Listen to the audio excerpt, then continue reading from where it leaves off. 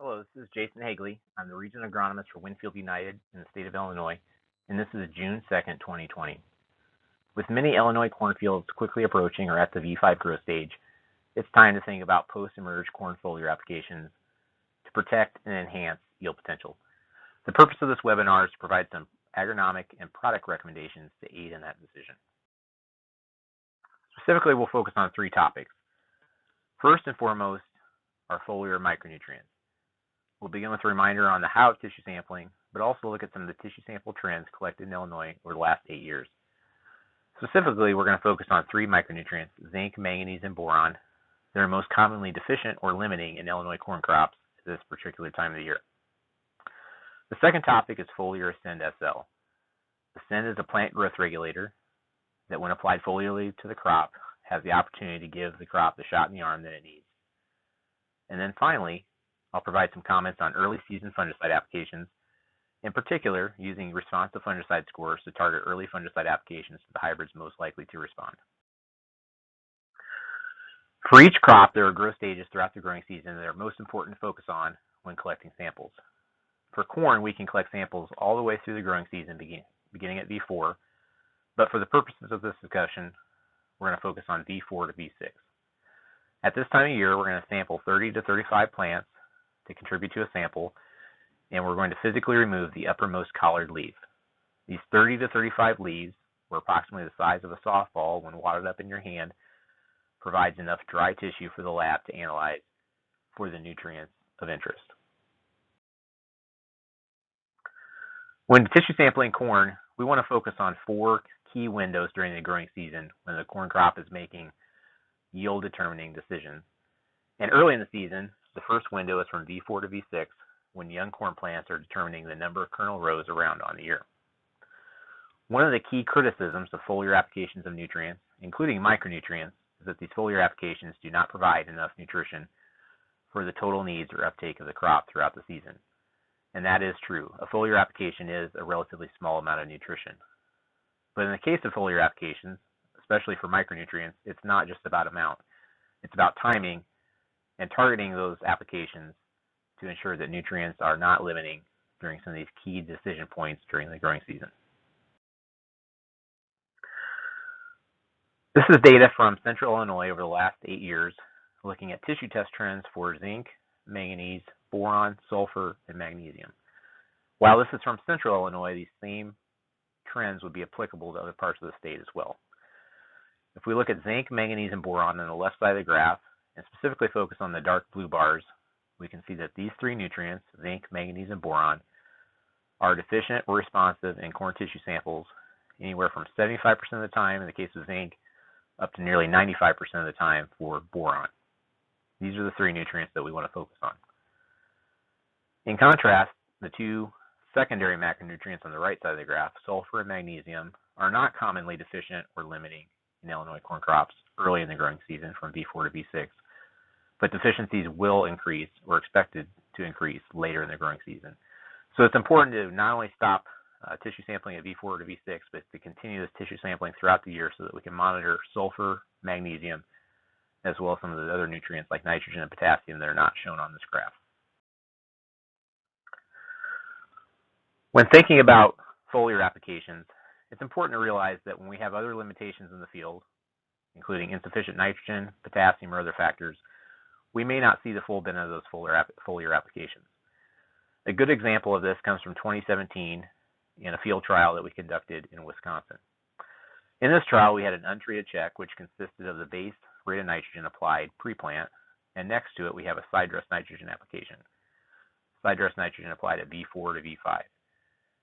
The side dress nitrogen by itself increased yield by about 13 bushels per acre, suggesting that nitrogen was somewhat limiting to the crop in this environment.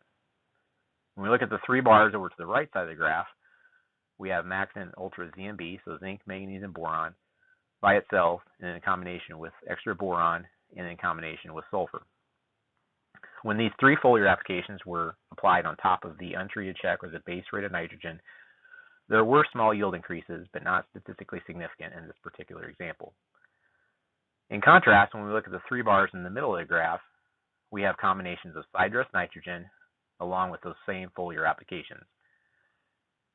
In each of these three treatments, we have yields that are substantially higher than the rest of the treatments, but most importantly, if you look at the bubbles or the blue boxes towards the bottom of the graph, we have yield increases from the foliar applications that range from 4.5 bushels per acre up to almost 9 bushels per acre when we combine those foliar applications along with the side dress nitrogen. So this suggests that all nutrients work together, but also that we need to address some of the key macronutrients that may be limiting in our fields, like nitrogen or potentially potassium, before we focus our time, efforts, and money on foliar applications. The second topic is foliar Ascend SL. For those of you who are listening and are familiar with Ascend, you may know that Ascend SL or the newer product Ascend Pro are commonly applied in furrow or as seed treatments early in the growing season to encourage good emergence and increase early season growth both above ground and below ground in the roots. Ascend SL can also be applied as a foliar application on both corn and soybeans. When applied foliarly, Ascend SL works at the biochemical level to increase and protect some of the photosynthetic related processes in the plant. And by increasing photosynthesis or protecting photosynthesis, we increase plant dry weight and ultimately the yield potential of that crop. In this example, which was a trial done at Winfield United's Innovation Center in River Falls, Wisconsin, Ascend SL was applied at V4 on corn at 6.7 fluid ounces per acre in combination with a non-ionic surfactant. In this particular trial, the above ground dry weight or biomass of the plants was nearly doubled by the application of foliar Ascend. Finally, a few comments around early season fungicide applications. I think we would all agree that if given the choice of one time to apply a fungicide to a corn crop, we would target that tassel time because data has shown that that is the most effective time to use a fungicide on corn. But in certain situations where we have higher early season disease pressure, like corn on corn or early season wet weather, along with the right hybrid, there may be a benefit to applying a fungicide at or around V5. One of the factors to consider in that is the hybrid. Each year, Winfield United, through its answer plot testing system, evaluates many hybrids for their response to fungicide. While many of these response to fungicide scores, and in turn the bushel responses, are driven by a tassel time application, this data would show that there are certain hybrids that are more likely to respond to a fungicide application, and that benefit may be extended to some of the earlier applications like a V5 application. In 2019, average across all answer plots and hybrids included, the average response to fungicide was around 16 bushels per acre, but more importantly, the responses for individual hybrids range from 5.6 bushels up to over 40 bushels per acre, showing that there are certain hybrids that are more consistent or more likely to respond to a fungicide.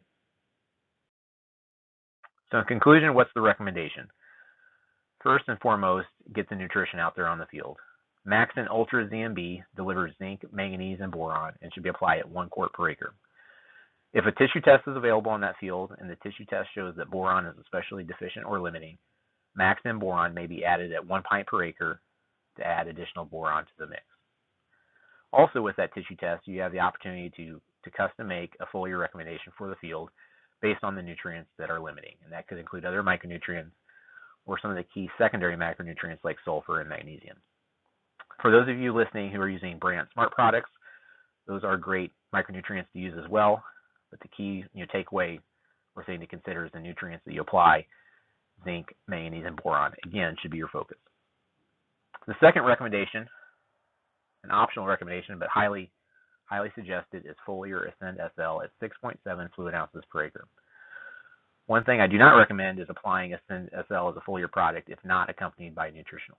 In some cases, we can apply a PGR and see a growth response, but if we don't have the nutrition to back it up, we may not see the full yield potential realized from that foliar application of a PGR.